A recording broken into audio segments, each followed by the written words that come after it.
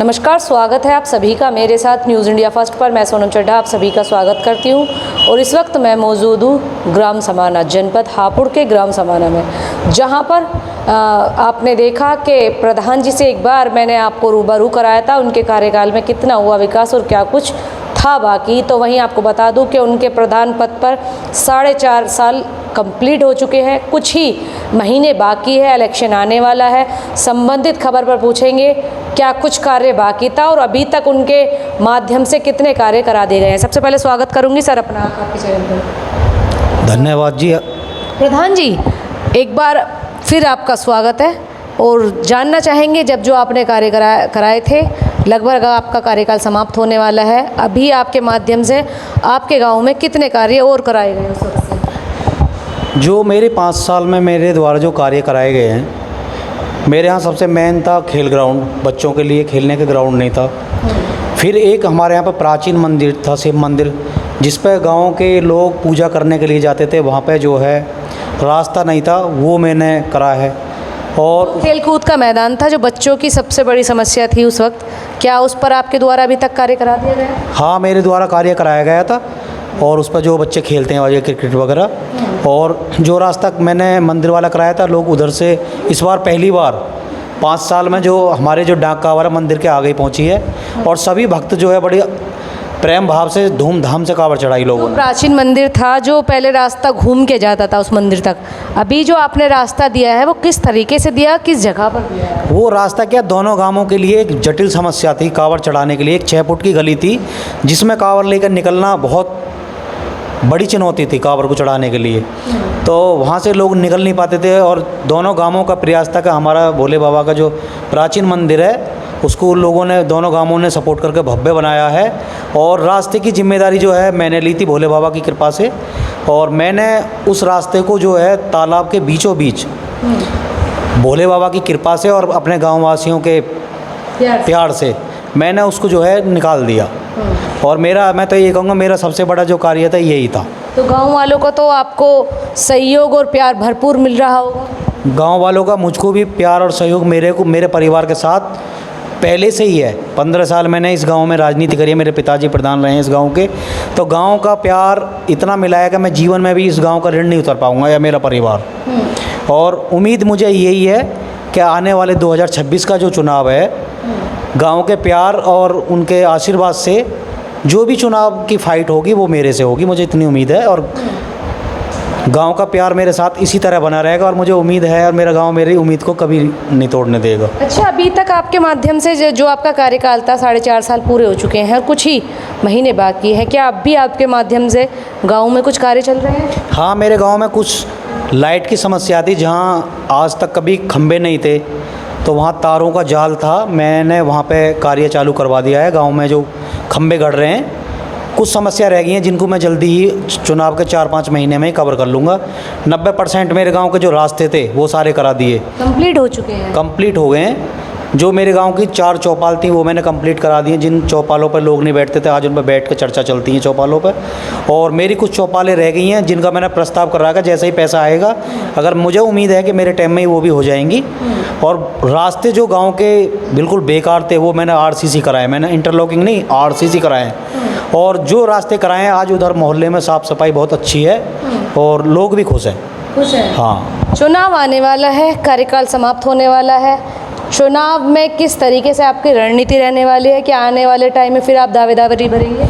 मेरी जो रणनीति है, मैं चुनाव नहीं लड़ता, मैं चुनाव नहीं लड़ रहा, मैं अपनों के प्यार और आशीर्वाद से उनकी जन सेवा करने के लिए लड़ रहा हूँ। चुनाव तो ये तय हो चुका है कि जिसका भी होगा मेरे से होगा, और मुझे उम्मीद है मेरा गाँव ने मुझे दोबारा 2026 में रिटर्न होकर आऊँगा।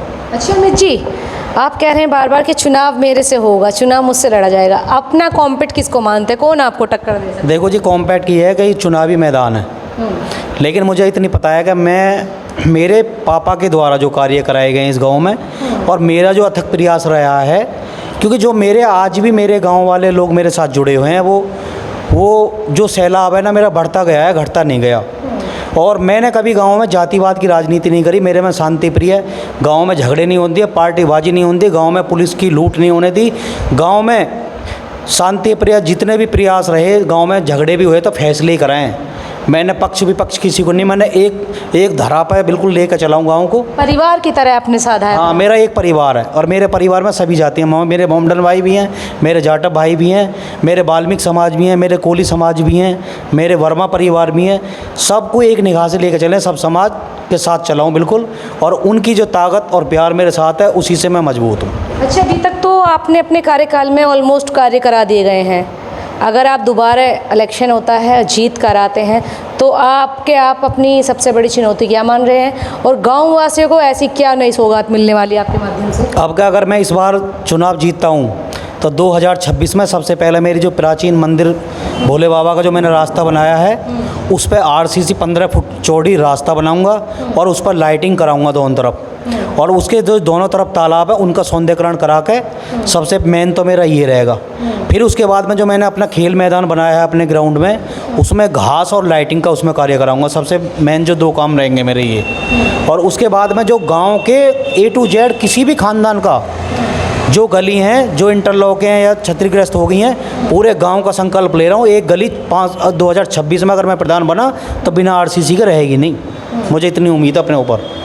तो देखा आपने, क्या कुछ रणनीति रहने वाली है और क्या कुछ कार्य पूरे कराए जाएंगे अगर दोबारा प्रधान पद पर विराजमान होते हैं।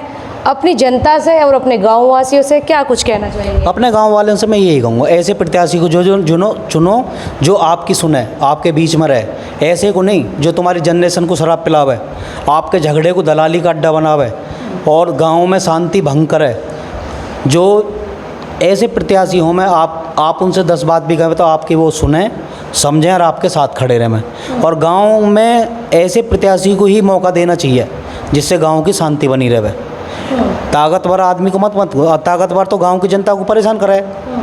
पढ़ा लिखा होना भी बेहद, एजुकेशन होनी चाहिए, समझदारी होनी चाहिए, गांव का सम्मान, कहीं गांव का सम्मान नीचे ना हो, गांव की विकास दर नीचे ना हो, गांव में कार्य जो हैं वो ना रुकें, गांव में भाईचारा ख़त्म ना होवे, गांव में जातिवाद को कोई बढ़ावा ना करे और सब समाज को साथ लेकर चले। ऐसे प्रत्याशी को गाँव चुने। अगर मैं भी यही कहूँगा, गांव जो है हर आदमी एजुकेशन वाले हैं, फिर गांव में बड़े बूढ़े भी हैं जिन्होंने इस गांव में जो उम्र गुजारी है। मेरी तो ज़्यादातर ये है कि मैं बड़े बूढ़ों में बैठता हूँ जिन्होंने अपनी उम्र का अनुभव, मुझे अनुभव उनसे ही मिलता है। वो यही कहते हैं जो सब समाज को साथ लेके चलेंगे, झगड़े नहीं करेंगे, विकास सब में कराओ, कोई पार्टी नहीं, कोई खानदान नहीं, सबको एक दृष्टि से देखो। चाहे सारे परिवार सब हमारे हैं, पूरा गाँव हमारा है, चाहे उसमें पक्ष हो या विपक्ष हो। कोई ऐसी हीन भावना नहीं रखनी जिससे लोगों को ये लगे कि ये हमने वोट इनको ना दी या इनके काम ना हो। मैं ऐसी विचारधारा नहीं रखनी चाहिए। और मैं तो ये कहूँगा जो भी प्रत्याशी है, मैं हूँ या कोई और है, देखो भगवान से बढ़कर कोई नहीं है। वैसा जो कर्म करो, फल की इच्छा मत करो। मैंने जो अपना 5 साल का अथक प्रयास मेरे गाँव के साथ रहा है, मुझे उम्मीद है और उस उम्मीद पर ही मैं आगे चुनाव लड़ूँगा 2026 पर, क्योंकि गाँव को विश्वास है और आगे भी मैं गाँव के विश्वास पर खरा उतरूँगा। तो सुना आपने, ग्राम प्रधान है समाना से, अमित जी नाम है। अगर जीत कर आते हैं, क्या कुछ कार्य जो अधूरे रह गए हैं वो कराए जाएंगे उनके कार्यकाल में? हाँ, एक समस्या और मेरे गांव में चल रही है, बंदरों की। बंदर इतने ज़्यादा हो गए, कई बच्चों के चोट लग गई हैं। लेकिन वो क्या है कि हमारे दोनों गांव जॉइंट है, कमर्दी नगर और समाना। तो मैं इस समस्या को, मैंने जो है एसडीएम साहब के यहाँ प्रार्थना पत्र दिया है, उसकी मुझे स्वीकृति मिल गई है। गांव की एक सबसे मुख्य समस्या है बंदरों का जो वो है आतंक। मैं इस आतंक को अपने चुनाव से पहले सबसे पहले इस जटिल समस्या का निस्तारण करूँगा और बंदरों को पकड़वा दूँगा। तो सुना आपने, क्या कुछ कार्य कराए गए और क्या कुछ बाकी हैं। दोबारा जब जीत कर आते हैं तो उन वादों को भी पूरा किया जाएगा।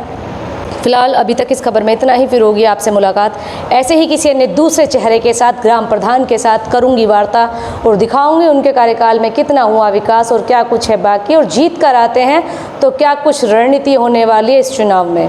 फिलहाल अभी तक इतना ही। जाते जाते वीडियो को लाइक, शेयर और फॉलोअर से करें। साथ में यदि आपने अभी तक हमारे चैनल को सब्सक्राइब नहीं किया है तो सबसे पहले बेल आइकन पर जाकर बेल आइकन को प्रेस करना ना भूलें, ताकि देख सकें आप ऐसी तमाम छोटी बड़ी खबरें सबसे पहले मेरे साथ न्यूज़ इंडिया फर्स्ट पर, साथ ही अपने शिव आज़ाद के साथ विशेष कवरेज। धन्यवाद।